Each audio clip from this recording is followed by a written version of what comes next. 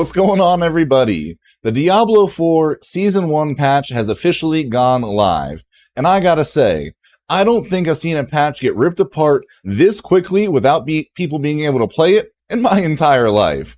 I think we all just need to breathe for a second and wait until it actually goes live in-game on the 20th and try it out ourselves before we decide to start uninstalling Diablo.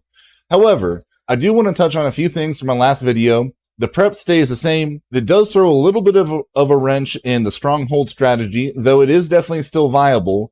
But most of all, I want to tell you guys about a brand new strategy for level 50 to 100. It doesn't have to be the redundant Nightmare grind anymore, just Nightmare dungeons after Nightmare dungeons. There is actually an alternative option that can give you more XP per minute, and it doesn't require spamming the same dungeons over and over and over.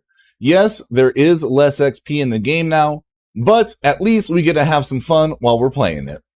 Alright, just in case you didn't see the last video, I do want to touch on the prep work really quickly.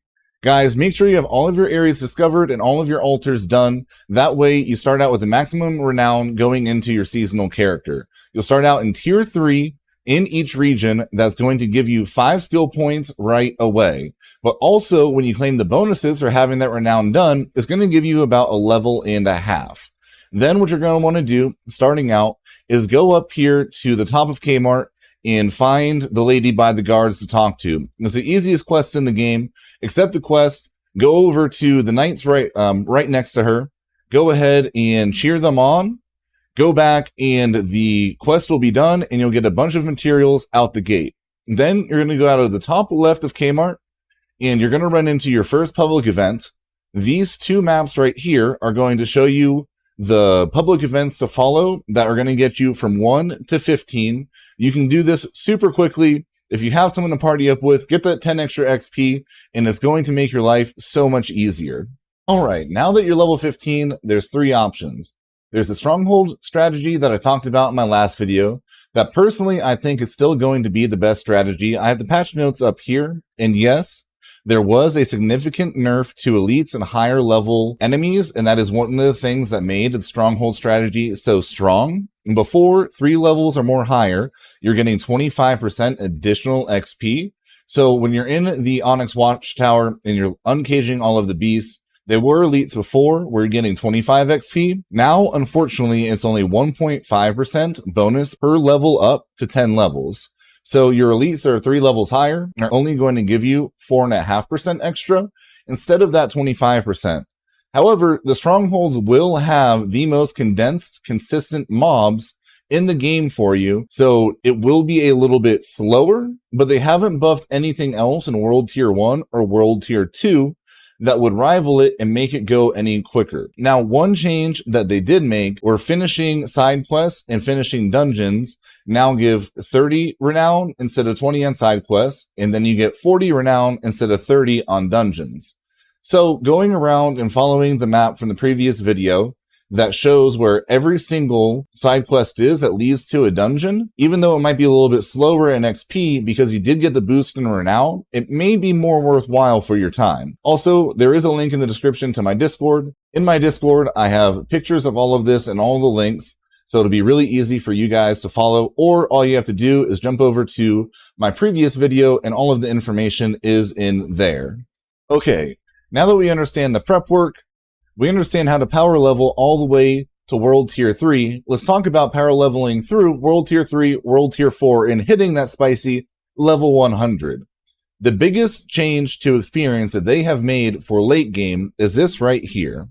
Reward experience for completing Whispers in World Tier 3 and World Tier 4 has been significantly increased. And they're not lying when they say that. I turned in all of my Grim Favor on my 76 Necro earlier, and I got about 678,000 XP for it. Plus, once you complete it, or before you complete it, but when it shows that you have the 10 Grim Favor, you also get around 40,000. So you get about 700,000 experience just for that. I was able to do the 3 side quests and then the dungeon in about 12 minutes. After killing all the ads, it netted me about 1.5 million experience. And that was just in 12 minutes. Plus, every time you turn in your Grim Favor, you're going to get a cache that's going to have a ton of great loot. Now, the only downside to this is the fact that you're not leveling your glyphs. Nightmare dungeons are great for leveling glyphs, but you're not getting quite as much XP per minute. Once you start doing the higher tier dungeons, you're not getting quite as much of a bonus. You're going to be squishier doing less damage. You're going to be squishier because you have less armor. So it's going to be harder to complete them, harder to finish them.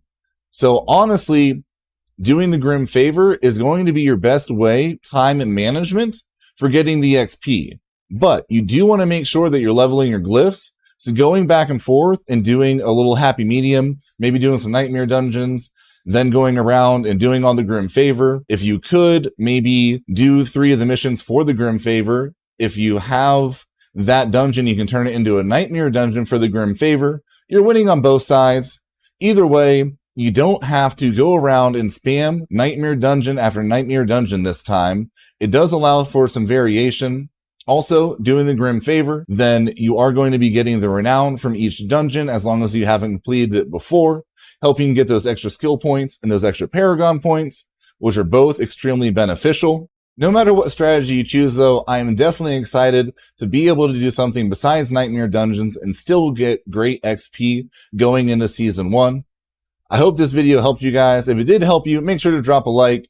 If there's something that I could change, you have some thoughts or opinions on the patch, on future videos, leave a comment. And guys, most of all, don't forget to hit that bell and subscribe so you know every time I'm posting a video. Have a good one.